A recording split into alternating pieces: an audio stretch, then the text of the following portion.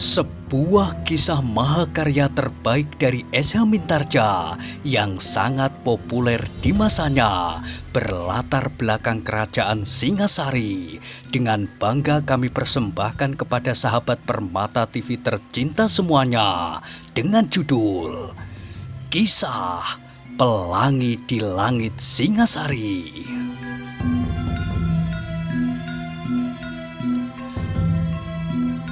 Pada kesempatan yang sangat baik ini, kita masuk pada episode yang ke-172. Selamat menikmati.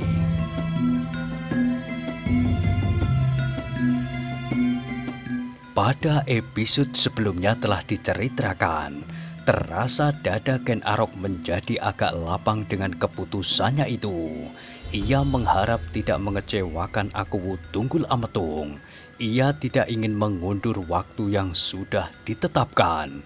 6 bulan sesudah hari perkawinan, Akuwu akan membawa permaisurinya ke taman yang sedang dibuatnya itu.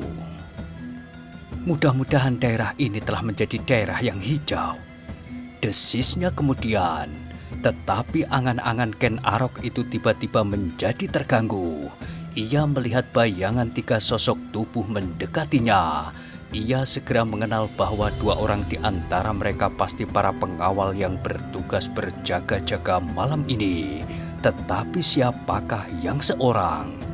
Ken Arok masih berdiri di tempatnya, di sisi gubuknya. Dibiarkannya orang-orang itu menjadi semakin dekat. Ketika jarak mereka menjadi semakin pendek, maka bertanyalah Ken Arok itu, "Siapa?" "Kami para peronda," sahut salah seorang dari mereka. "Iya, aku mengenal kau berdua, tetapi yang seorang tamu." "Tamu? Siapakah yang dicarinya?" "Aku." "Iya." Ken Arok menjadi berdebar-debar sejenak, tetapi kemudian ia terperanjat ketika ia mendengar orang itu berkata, "Aku Ken Arok. Apakah kau sudah lupa kepadaku, kepada ayahmu?" Terasa darah Ken Arok menjadi semakin cepat mengalir. Ia mengenal suara itu, suara yang telah lama tidak didengarnya, namun yang kini tiba-tiba telah menyentuh telinganya. Tanpa sesadarnya ia berdesis, "Ayah Bangu Samparan." Orang itu tertawa. "Hahaha, kau masih mengenal aku dengan baik. Ya, aku ayahmu, Bangu Samparan."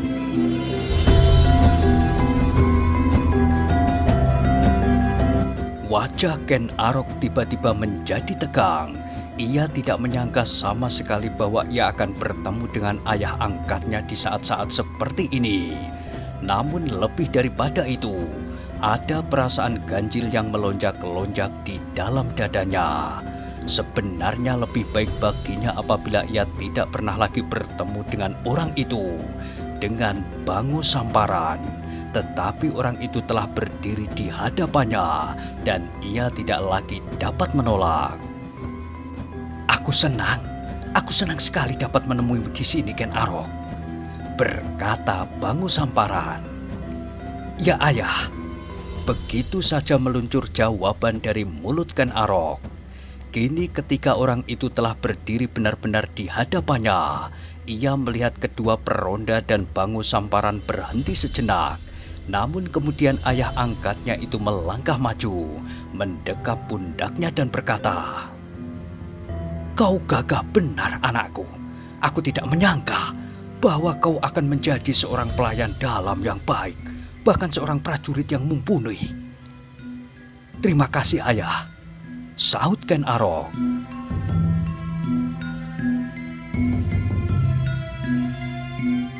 "Lama sekali aku mencari. Hampir seluruh negeri aku jelajahi, tetapi aku baru menemukan di sini setelah namamu dikenal oleh hampir setiap orang. Sebelum ini, Ken Arok, aku sudah menyangka bahwa kau tinggal di padang karautan ini pula, tetapi tidak sebagai seorang prajurit. Benarkah begitu? Apakah benar bahwa yang ditakuti?" "Ayah," potong Ken Arok tiba-tiba. "Marilah, aku persilahkan ayah masuk ke dalam gubukku." Kemudian kepada kedua peronda yang mengantar Bangu Samparan itu, Ken Arok berkata, "Tinggalkanlah tamuku di sini." Kedua peronda itu pun kemudian pergi meninggalkan Bangu Samparan yang segera dibawa masuk ke dalam gubuk Ken Arok. Mereka duduk di atas tikar pandan kasar yang dibentangkan di atas setumpuk rumput kering. "Aku gembira sekali dapat menemukan kau kembali, Ken Arok." "Ya ayah," jawab Ken Arok. "Aku juga gembira bertemu ayah kembali." Terdengar Bangu Samparan tertawa, suaranya menggelegar di kesunyian padang, sehingga beberapa orang yang sedang tertidur di gubuk-gubuk sebelah terbangun karenanya. Apakah dugaanku benar bahwa kau yang pernah menghantui padang karotan ini dahulu?" "Ah," desah Ken Arok, "mungkin ayah salah, tetapi seandainya benar, karena aku pernah juga berada di sini, sebaiknya semuanya itu sudah harus dilupakan." Sekali lagi Bangu Samparan tertawa sehingga tubuhnya terguncang-guncang. Beberapa kali ia menyeka air matanya yang meleleh di pipinya yang kembung. "Kenapa, Ken Arok?" ia bertanya. "Kenapa hal itu harus dilupakan?" "Sebuah kenangan yang menyakitkan hati," jawab Ken Arok. "Tidak, kau tidak boleh melupakan semuanya. Kau harus tetap mengingat dan mengenang semua yang pernah kau alami. Dengan demikian, kau akan mendapat kebanggaan diri. Ken Arok, anak Gajah Poro dan Ken Endok, yang dipelihara oleh seorang pencuri yang bernama Lempong, yang kemudian menjadi anak angkat dari seorang penjudi besar bernama Bangu Samparan." "Sudah ayah, sudah," potong Ken Arok. "Hei, jangan memotong kata-kataku. Aku sedang membangkitkan kenanganmu atas dirimu, supaya kau tahu apa yang harus kau lakukan. Nah, dengarlah anak pangkur, bahwa kau ternyata memiliki nasib yang baik sekali. Seorang anak yang lahir di Patisan yang kecil, kini menjadi seorang pelayan dalam yang dekat dengan seorang akuwu." Ya ayah, aku berterima kasih kepada Yang Maha Agung bahwa aku mendapat nasib yang baik." "Apakah kau puas dengan keadaanmu sekarang?" "Tentu ayah, aku puas sekali dengan keadaanku sekarang. Seperti ayah katakan, bahwa aku adalah seorang anak yang terbuang di masa kecilku. Aku tidak pernah mengetahui siapakah ayahku, karena ayah meninggal di masa aku belum dilahirkan." "Belum cukup, harus kau lanjutkan. Yang ketika masih bayi, dibuang di kuburan, ditemukan oleh seorang pencuri ulung yang bernama Lempong, dipelihara, tetapi kemudian menghancurkan hidup mereka karena kau menghilangkan beberapa ekor lembu milik buyut ing Lebak. Lempong suami istri harus mengganti, karena kekayaannya tidak cukup, maka mereka berdua harus melunasinya dengan menggadaikan diri mereka." "Ayah benar, ayah pernah menceritakan semua itu kepadaku. Aku memang anak yang ditemukan di pekuburan, dan aku telah berbuat hal-hal yang kurang baik di masa-masa lalu. Tetapi apakah maksud ayah mengatakan hal itu?" Bangu Samparan itu tertawa lagi. Suaranya benar-benar membangunkan orang-orang yang sedang tertidur nyenyak. Bahkan 1-2 orang keluar dari gubuknya dan memerlukan melihat siapakah yang sedang tertawa di gubuk Ken Arok itu. "Siapakah tamu itu?" bertanya salah seorang dari mereka. Yang lain menggelengkan kepalanya. "Aku tidak tahu." Mereka pun kemudian pergi sambil menggerutu. Mereka ingin tidur untuk beristirahat, sebab besok mereka harus turun lagi ke bendungan atau ke sendang buatan agak jauh ke tengah padang karautan. "Ken Arok," berkata Bangu Samparan kemudian, "sudah aku katakan bahwa aku sedang membangkitkan kenanganmu atas masa-masa lampaumu." "Ya ayah, Tetapi sesudah aku mengenang kembali semuanya itu, lalu apa yang akan terjadi? Bangu Samparan mengangguk-anggukkan kepalanya, kemudian katanya, "Aku hanya ingin ikut mengenyam kepuasanmu, Ken Arok. Sebagai orang tua yang tidak dapat berbuat apa-apa untuk kemajuanmu, aku hanya dapat berdoa supaya segala cita-citamu dapat kau capai." "Terima kasih, Ayah," sahut Ken Arok. Namun anak muda itu dapat merasakan bahwa masih ada sesuatu yang tersembunyi. Karena itu maka hatinya menjadi kian berdebar-debar. Sebenarnya ia tidak senang mendengarkan ayah angkatnya itu bercerita tentang masa lampaunya, masa-masa yang pahit dan menyakitkan hati. Dunianya yang pada saat itu hitam kelam, sama sekali tidak ada secercah sinar pun yang dapat menerangi jalannya.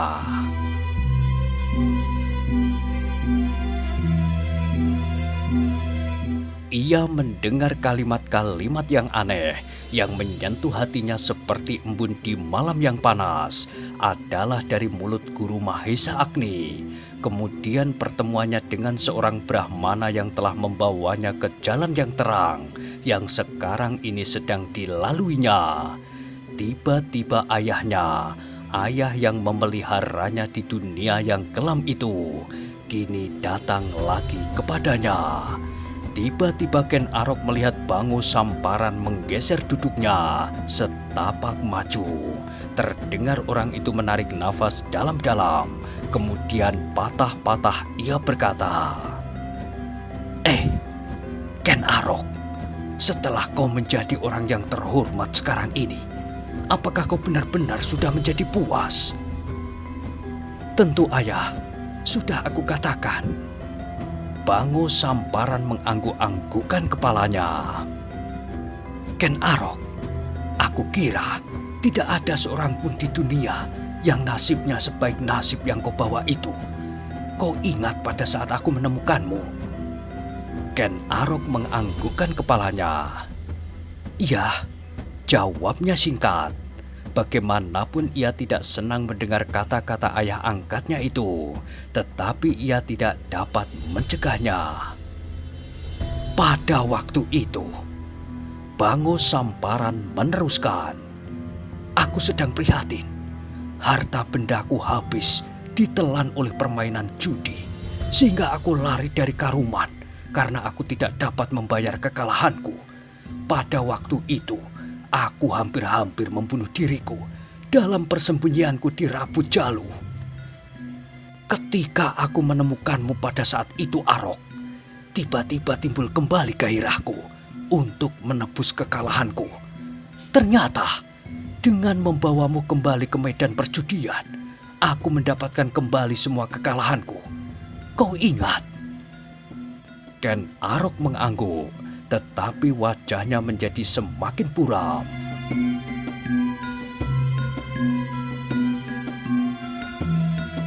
"Kemudian keadaanmu sendiri, setelah kau meninggalkan ibu angkatmu, Genuk Buntu, maka kau hilang dari keluargaku. Jangan kau sangka bahwa aku tidak mencarimu, Arok, sebab aku masih memerlukanmu.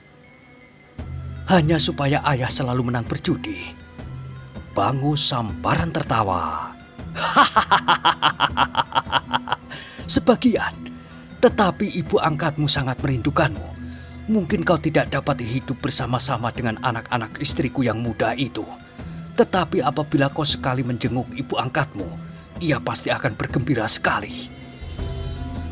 Ken Arok menarik nafas dalam-dalam, bukan karena ia tidak mengenal terima kasih, tetapi ia tahu benar sifat-sifat ayah angkatnya. Kini ia berada di jalan yang terang, yang tidak dibayangi oleh perasaan cemas, gelisah, dan perasaan bersalah. Kalau ia tidak ingin bertemu lagi dengan ayah angkatnya, karena ia tidak mau lagi dipengaruhi oleh keadaannya.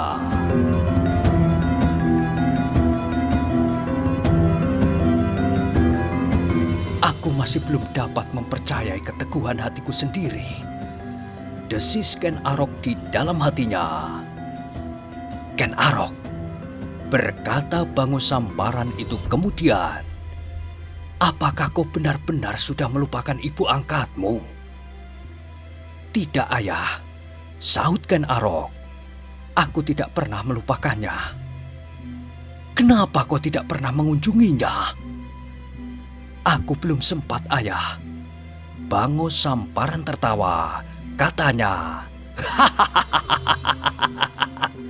"Apakah kau terlampau sibuk sehingga kau tidak dapat menyisihkan waktu seminggu atau 2 minggu saja? Bendungan ini tidak dapat aku tinggalkan." Bango Samparan mengangguk-anggukkan kepalanya. Katanya kemudian, "Sebelum ini kau juga tidak pernah ke rumah. Apalagi setelah kau menjadi seorang pemimpin pelayan dalam Istana Tumapel yang kali ini dipercaya untuk memimpin sepasukan prajurit. Bukan saja pelayan dalam dan prajurit-prajurit pengawal istana."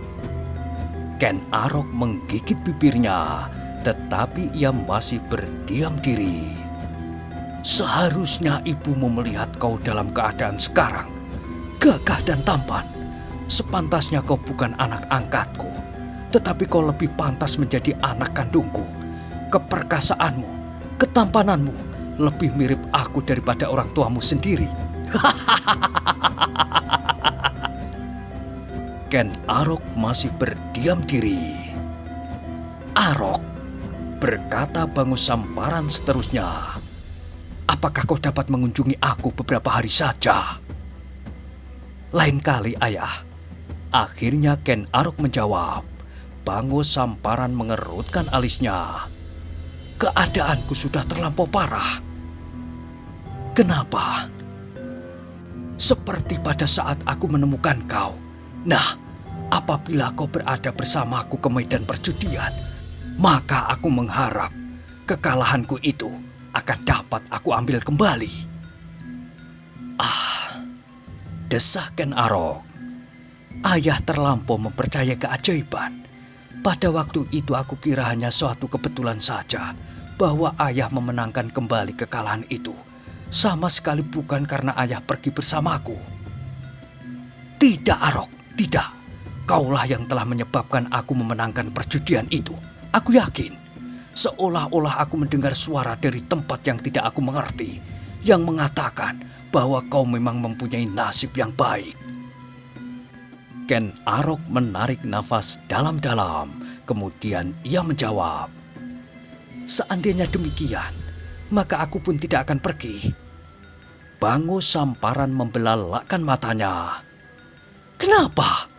"Oh, Ger, aku sudah menempuh jalan yang sulit untuk menemukanmu. Sekarang apakah tanggapanmu itu cukup sepadan?" "Maaf, Ayah," sahut Ken Arok.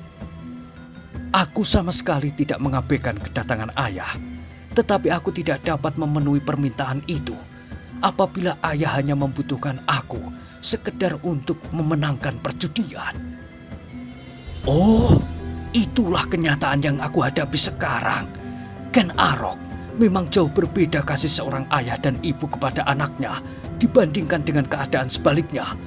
Seorang ayah dan ibu kadang-kadang mengorbankan apa saja yang dimilikinya untuk kepentingan anaknya. Tetapi anak kadang-kadang acuh tak acuh saja kepada orang tuanya."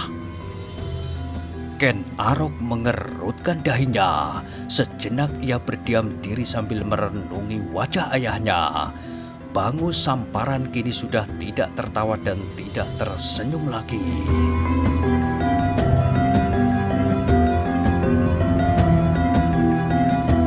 "Ayah," berkata Ken Arok, "ayah jangan salah mengerti. Aku memang tidak dapat memenuhi permintaan ayah. Kalau aku pergi juga, dan justru karena kehadiranku itu, ayah dapat memenangkan perjudian, maka akulah yang berdosa. Aku telah mendorong ayah semakin dalam masuk ke arena perjudian. Ayah menjadi semakin lekat dengan kesenangan ayah yang tercela itu." "Oh, Ger, potong Bango Samparan. Kau dapat berkata demikian setelah kau mengenakan pakaian seorang pelayan dalam. Apakah yang dahulu pernah kau lakukan? Judi, merampas, merampok, memerkosa, dan segala macam kejahatan yang lain. Ya ayah, sahut Ken Arok. Terasa dadanya bergolak, namun ia masih cukup menguasai dirinya sendiri. Aku memang pernah melakukannya, namun pada suatu saat, aku sampai pada suatu batas di mana aku menyesali semuanya itu. Aku menyesal dan bertobat. Itulah yang terjadi ayah. Sehingga dengan demikian, aku berusaha untuk tidak lagi terjerumus ke dalamnya. Bango Samparan berdesah sambil menghela nafas dalam sekali. Jadi kau benar-benar tidak mau menolongku? Bukan maksudku ayah, sahut Ken Arok. Aku selalu bersedia menolong ayah dalam batas kemampuan. Baiklah, aku akan berusaha menolong ayah sesuai dengan kekuatanku untuk meringankan beban hidup ayah sehari-hari, ayah dan adik-adik di Karuman, tetapi tidak untuk berjudi. Tak ada judi yang dapat membahagiakan hidup seseorang. Seandainya seseorang memenangkan perjudian, maka yang didapatnya itu adalah perasaan milik orang lain. Yang didapatnya itu adalah karena kerugian orang lain. Meskipun yang terjadi itu seolah-olah atas persetujuan bersama, tetapi tak seorang pun yang ikhlas atas setiap kekalahan. Ketidakikhlasan akan ikut serta pada setiap kemenangan yang didapat di medan perjudian. Nah, milik yang didapat dengan cara yang demikian, tanpa keikhlasan, tidak akan membahagiakan hidup kita.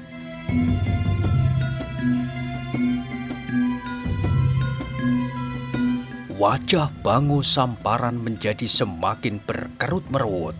Dengan tajamnya dipandanginya wajah anak angkatnya itu. Namun betapa ia menahan rasa kecewa yang berkecamuk di dadanya. Untuk sesaat penjudi dari Karuman itu berdiam diri, tetapi bibirnya berkemat-kamit tidak henti-hentinya, seolah-olah ada yang masih tersimpan di dalam mulut itu, tetapi tidak dapat dikatakannya. Ken Arok pun kini duduk sambil merenungi kegelapan di luar gubuknya. Sejenak kenangannya berlari-larian di masa lampaunya, di masa kecilnya yang pahit. Hidup di dalam lingkungan kejahatan, pencuri dan perampas. Ayah angkatnya yang lain, Limbong, adalah seorang pencuri. Bahkan ia kadang-kadang harus ikut serta dengan ayah angkatnya itu. Kemudian, lepas dari seorang pencuri, ia jatuh ke tangan Bango Samparan, seorang penjudi dan seorang perampok pula. Kemudian dijelajahinya hidup dalam kegelapan, ditelusurinya padang karautan. Setelah ia tidak dapat menyembunyikan diri lagi di batisan, karena hampir setiap orang mencarinya sebagai seorang penjahat yang harus ditangkap dan bahkan dibunuh. Ternyata kejahatan yang dilakukan telah melampaui kejahatan kedua ayah angkatnya, bahkan digabung sama sekali. Pencuri Limbong dan penjudi Bango Samparan. Ken Arok menarik nafas dalam-dalam.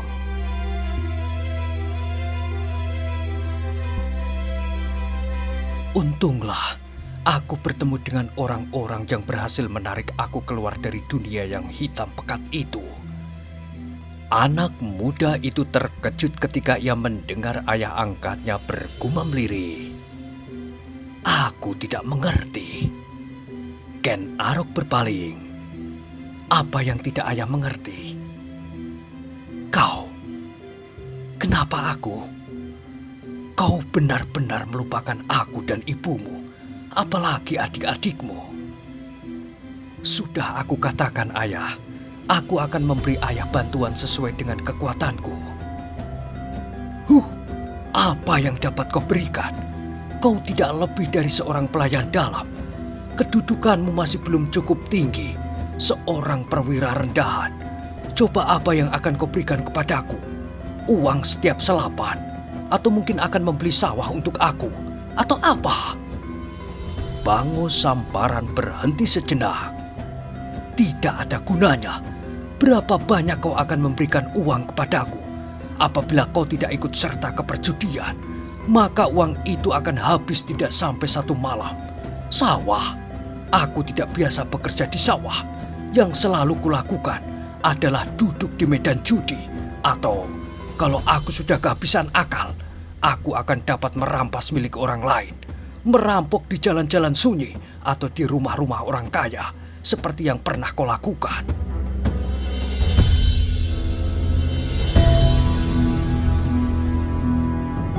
Ken Arok sekali lagi menggigit bibirnya sampai pedih, tetapi tidak sepedih hatinya.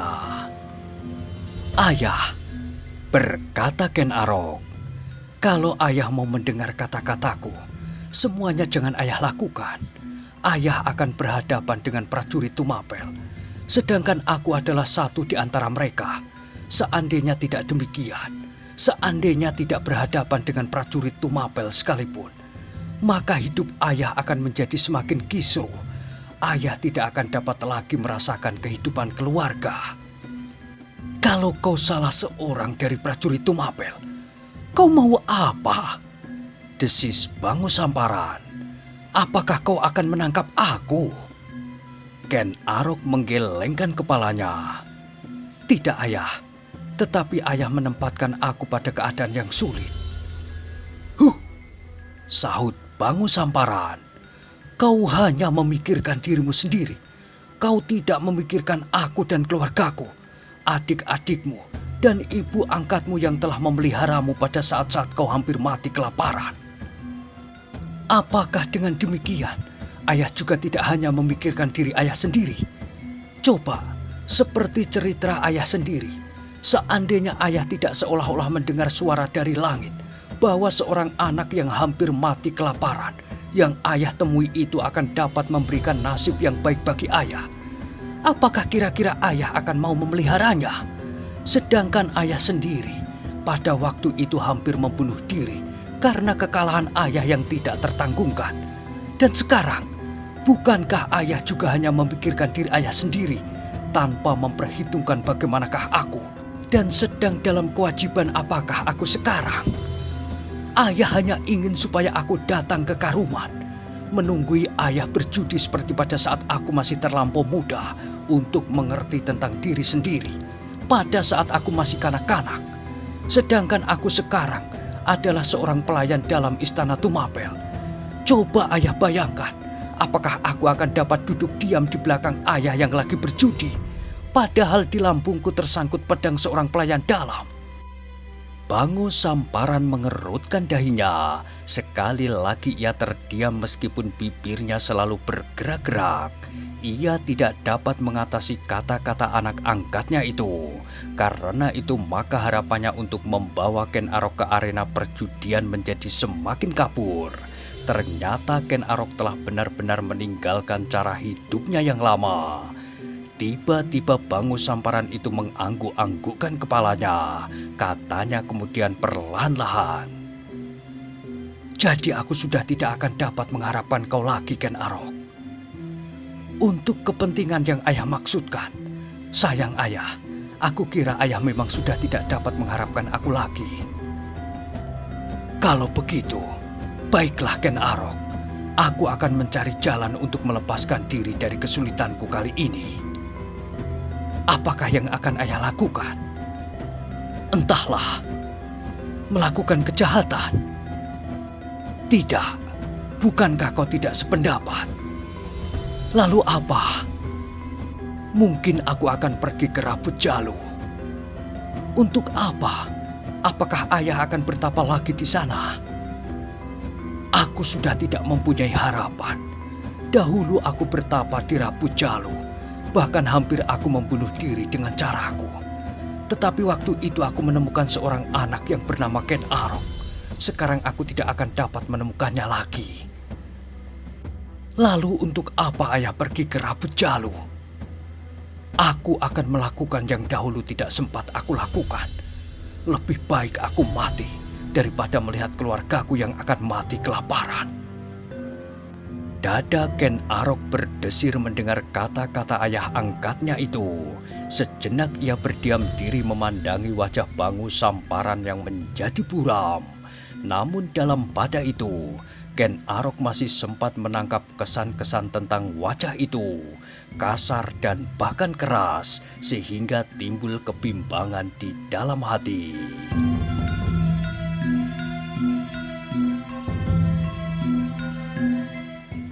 Nah, bagaimanakah kisah selanjutnya? Silahkan ikuti terus kisah Pelangi di Langit Singasari pada episode berikutnya.